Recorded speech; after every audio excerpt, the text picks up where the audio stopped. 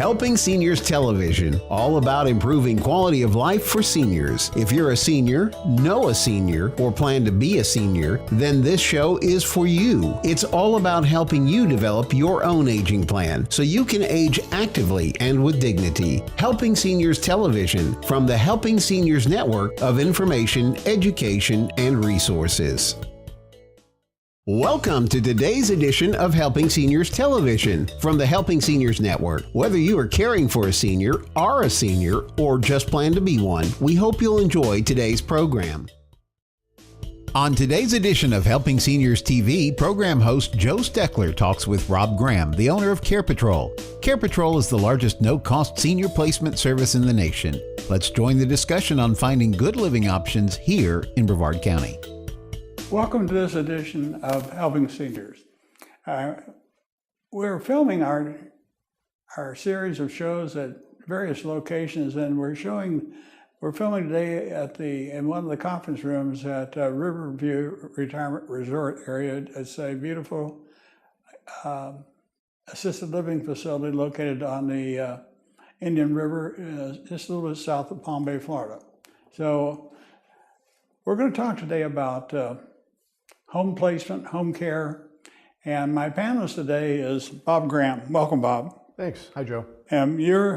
Bob is the owner of a company called CarePatrol, and it was my pleasure to interview one of his staff personnel several months ago, and I was astounded to find out the depth of the work that CarePatrol is doing in Brevard County, and I think that is really a type of care, Bob, that more people need to know about.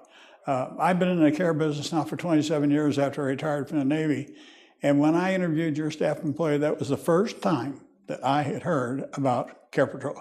So we're going to do our very best to make the residents of Brevard County, 545,000 of them, aware of what CarePatrol is, what it does, but specifically how you can help people. And by using your services the right way, people can help drive down the cost of their own care. I'm looking forward to it. Okay, first of all, let's just get, what is CarePatrol, Bob? What does it do? CarePatrol is a company. It's 152 locations located in 40 states. It's been around for 23 years, and our mission statement is to find the safest care options for our seniors across America. So specifically, we help families locate assisted living, independent living, in-home care, memory care, even skilled nursing care for the family's loved ones. But when I talk to your staff employee, I also sense that there's a lot more that you do in terms of placement. You have access to so many resources that your people can actually, in the process of saying a person needs an assisted living facility, or they go out and they interview the people, they find out they need so many other things that don't even approach the element of cost that the assisted living facility would. They might be able to place them in daycare or get a service to come in and help them at maybe $32 a day, 5 days a week.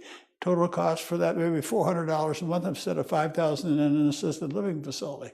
That's right. One of the things that we do when we start to begin our journey with that family, we conduct what we call as the care discovery. So we go through the pieces and parts of the care that's specific for the individual in whom we're talking.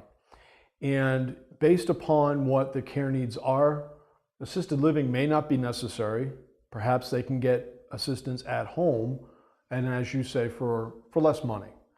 That's absolutely possible. We see that oftentimes. There are many times that we refer people over to an adult daycare environment because the individual's living with the family at home, but the family at home is working, so there needs to be a resource out there for mom, dad, husband, wife, whomever we're talking about is not left alone, potentially in an unsafe environment while the family is at work. Right. So perhaps all they need is that socialization during the day while the family's at work. So that's an example of where we would refer someone directly to an excellent adult daycare. Assisted living isn't always necessarily the answer. In-home care can be viable depending upon what the individual situation is. In terms of, how did you get involved in this, in this business care? How did you get involved in it? Well, everybody who gets involved in healthcare, I think, has their own story. I was in corporate America for 25 years, and I was getting tired of the rat race, as it were. And during that time, when I was thinking through what I wanted to do with the rest of my career, my dad contracted a rather rare cancer of the blood, and he was gone within 4.5 months of diagnosis. So I watched, in the short to mid aftermath of my dad's passing, what my mother was struggling with, who still lives in the South Shore of Boston, and how difficult it was for her to access resources, to try to sift through all of the information, and much of it was misinformation in the community. So I thought to myself, there had to be a better way. Living here in Brevard County, I thought to myself, I wonder if this is something that would be pliable in our local community. So I started to work with some people to try to figure out if there was a need. And very long story short, I ended up connecting with CarePatrol. I met the CEO, Chuck Bongiovanni. We talked about how he views his role at CarePatrol throughout the country. And he talked in such a fashion that it felt like I connected with where he wanted the company to go, how he wanted us to connect with seniors, and how we go about, again, helping seniors sift through the misinformation that's out there, helping them locate the right solution for them. Our approach is a very, very customized approach. It is not a one Band-Aid fits all. We are absolutely the most comprehensive company out there when it comes to helping families through placement, be it daycare, be it in-home, assisted living, memory care, independent living. We're very, very comprehensive. Do you stick mostly with seniors, or do you come across disabled people, disadvantaged people? We do come across people who are, let's say, under 65 years old that have need for resources. There are resources in the community that we can help the family plug into. If the family is insistent on assisted living for the individual, that can be rather tricky because of age considerations. Right. However, I personally have placed a 23-year-old female. I've placed a 44-year-old gentleman. So while it's tricky, it can be done. But when those cases like that, that's all strictly private pay, though. Yes, it is. To your knowledge, and working with the services that you do, help provide people, what are the methods of payments you've been able to find available that your people can sort of plug people into? Sure. So there are some resources out there. Let me start with the one that most people have heard of, which is Medicaid. Medicaid comes in different shapes and sizes. I know. So I'm specifically speaking about the long-term care side of Medicaid. There's the Institutional Care Program, or ICP, which is a funding mechanism to cover an individual's stay at a nursing home. There is the Assisted Living Waiver Program, which will pay in this county up to $1,100 a month towards assisted living. There's an in-home benefit as well, whereby if the individual qualifies, then the state, or one of the Medicaid providers, I should say, will authorize up to X number of hours, which equates to dollars per month, where someone, a caregiver, can come into the home and help out. And oftentimes, that's really all that's needed. The trick is accessing state-funded Medicaid. Florida is, it's a little bit difficult because it's built for a maximum capacity of 40,000 recipients statewide. So Say that again? Long-term care Medicaid, Right. the assisted living, it's built for a maximum capacity of 40,000 recipients. And there are 50,000 on the waiting list. 62 at this point. 62 is as of today? 62,000 as of 45 days ago. So with no clear understanding of what's going to happen with the change in the administration in Washington, we have to live in the world that we know right now. So it's difficult to access that benefit. It can be done, but I could take up 2 hours of your day talking about how to access that. But that's probably the most popular resource that people have heard of or ask about. Another one that strikes me as, I'm surprised that it's not more well known, and you would appreciate this being a Navy veteran, is the Veterans Administration Aid and Attendance Benefit. That can help offset care costs in a number of different environments for either the retired vet or his or her or his surviving spouse. If the veteran's still alive but does not need care, and the wife is the one that needs the care, then there's the advanced pension piece of the Veterans Aid and Attendance Benefit, and that can provide a significant amount of money. For example, the surviving spouse benefit pays up to $1,153 a month towards care costs. And you know, that doesn't sound like a lot until you go out and speak to groups of retirees, as I do. And I found one group of retirees that there were two women there that came after my talk. There were something between 90 and 100 people there. And these two women were both living on $800 a month. Mm-hmm. That was their total income. And they had heard me mention Veterans Aid and Attendance during my brief. And they wanted to know if they would be eligible. I said, are you unremarried widows of World War II or Korean or Vietnam veterans? They both were. And I said, yes. And they told me their income. I said, yes, you're very eligible. It was roughly between $1,100 and $1,400 for them. Mm-hmm. But that's just like a whole new world that opens up to these people that are living on very reduced incomes, and they just don't know how they're going to pay their bills, and to find themselves suddenly getting $1,100 or $1,200 extra a month it's a whole new world for them. That can make the difference between access to almost zero resources and being able to be now safe in a in-home location or an assisted living location. It's a huge amount of money, and we see people all the time that are, for lack of a better term, indigent.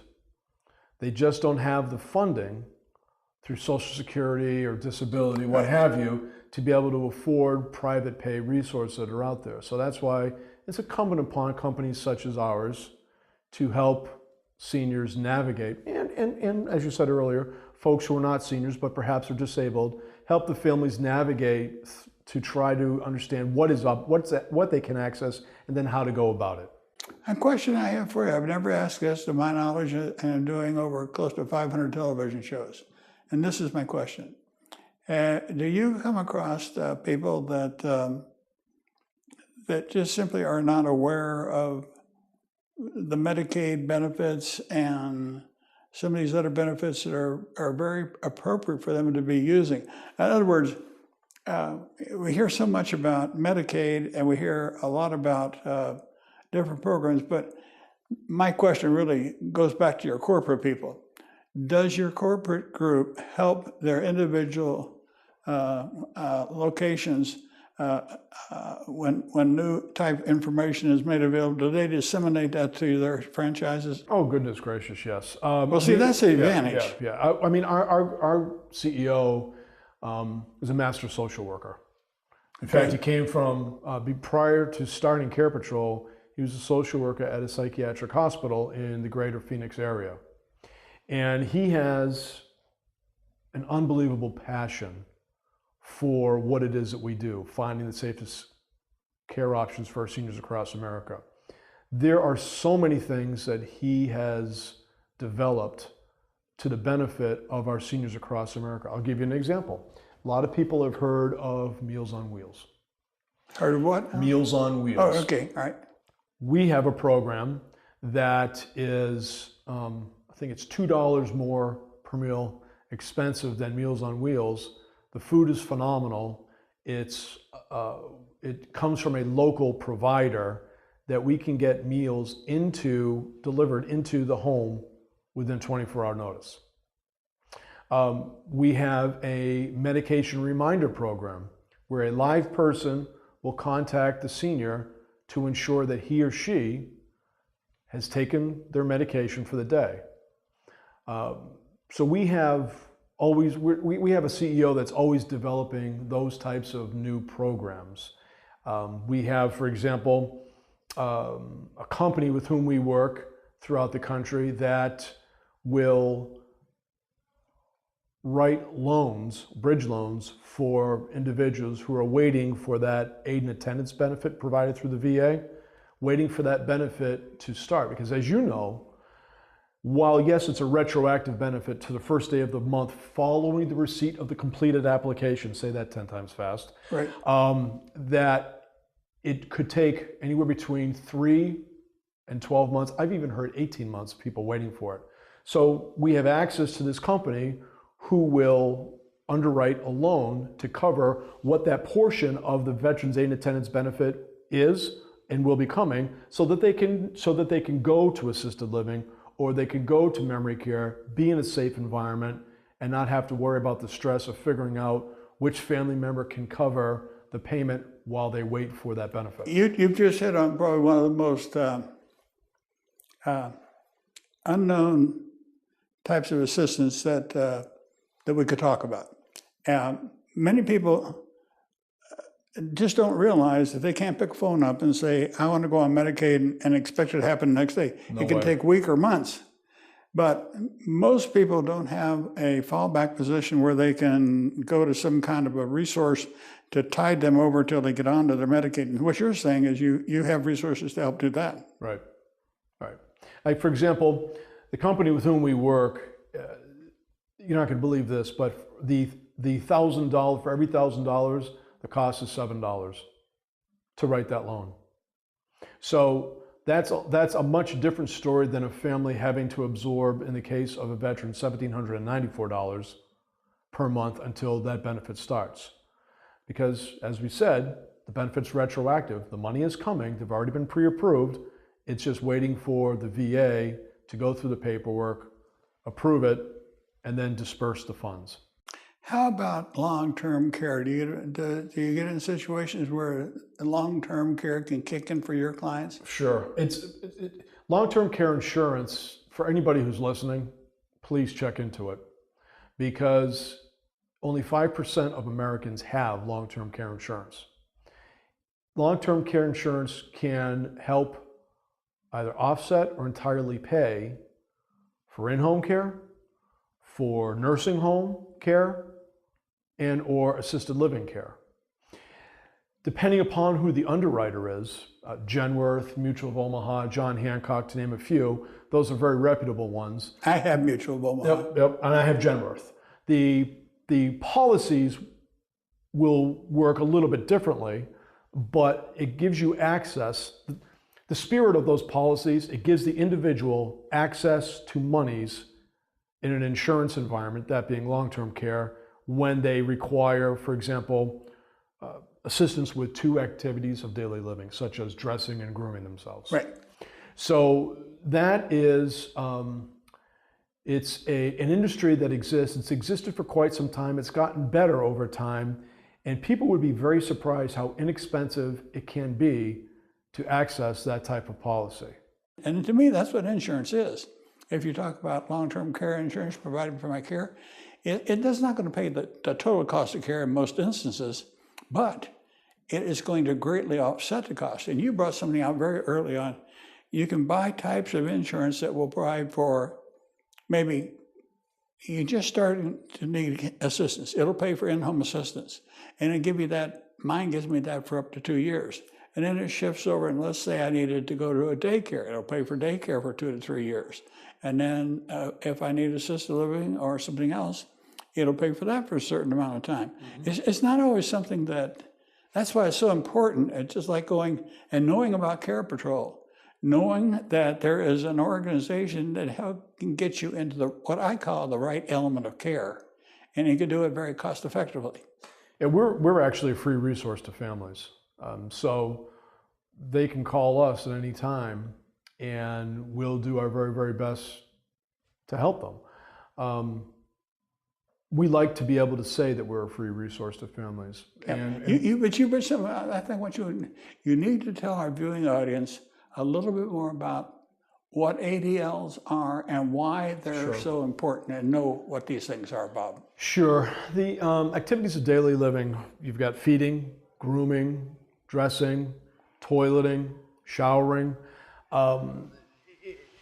If people have started to notice a deterioration of any of those activities of daily living, that's something that's something to pay particular attention to.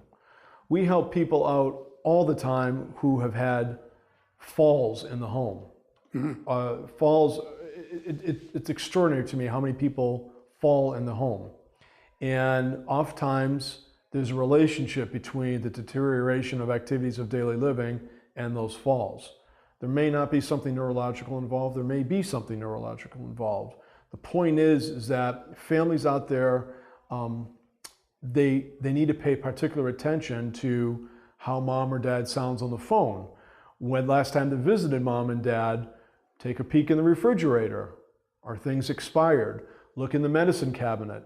Those types of things that some families just frankly don't think about. But as we age, we start to lose our ability to do certain things. So we think about assistance as it relates to those activities of daily living. Also, people need help ambulating. So just even simply getting up out of bed in the morning, someone may need assistance raising up from the bed, coming to a standing position, or transferring to a wheelchair, whatever their method of walking is. So that's something that we vet out in our care discovery. It's very comprehensive. It's 6 pages long of going through the family with the individual, what his or her needs are. We also go through the social aspect of the individual, because I have to tell you, in the world of assisted living or memory care or even independent living, not every assisted living facility is appropriate for every single individual. Right. The individual could say, look, I have $20,000 a month to spend on assisted living. Well, that's great. You're not going to need to spend anywhere near that here. But we still want to pay attention to marrying up that personality of the individual with the personality of a number of different assisted living facilities. Getting someone's care taken care of appropriately is actually not particularly difficult. We know all the assisted living facilities in Brevard County. We've been in them. We know the owners. We monitor their biennial state inspection results. We go through any ombudsman complaints, and we do that on a quarterly basis. To my knowledge, we're the only ones that do that. So there are assisted living facilities in this community that if you came to me tonight and said, geez, Rob, I think I need to find assisted living for my wife, there are certain ones that we would never ever refer to you because, again, they don't provide the safest care option for your wife. And not so says me, so says the state. So that's our compass. If you start with safe first, then we can solve for the rest. Right. But Rob, make sure I completely understand, our viewing audience understands. You provide a service of connecting people to the type of help that they need. Absolutely. You don't provide that kind of help. I mean, you don't provide, you're not in the assisted living business. I'm not going to be the guy that shows up at the home that's ready to take care of mom, dad, husband, wife. We view us as air traffic control for finding the right solution. So that's why it's called CarePatrol. You patrol the area to know what's available so that you can connect the people to the right resource. I never thought of it that way, but that's good. But that's so important. Most people, when people say, I need to look at an assisted living facility, they have no idea where to start. No. And by looking in the yellow pages in the phone book, that didn't tell you a blessed thing. Being given a list is not going to get it done.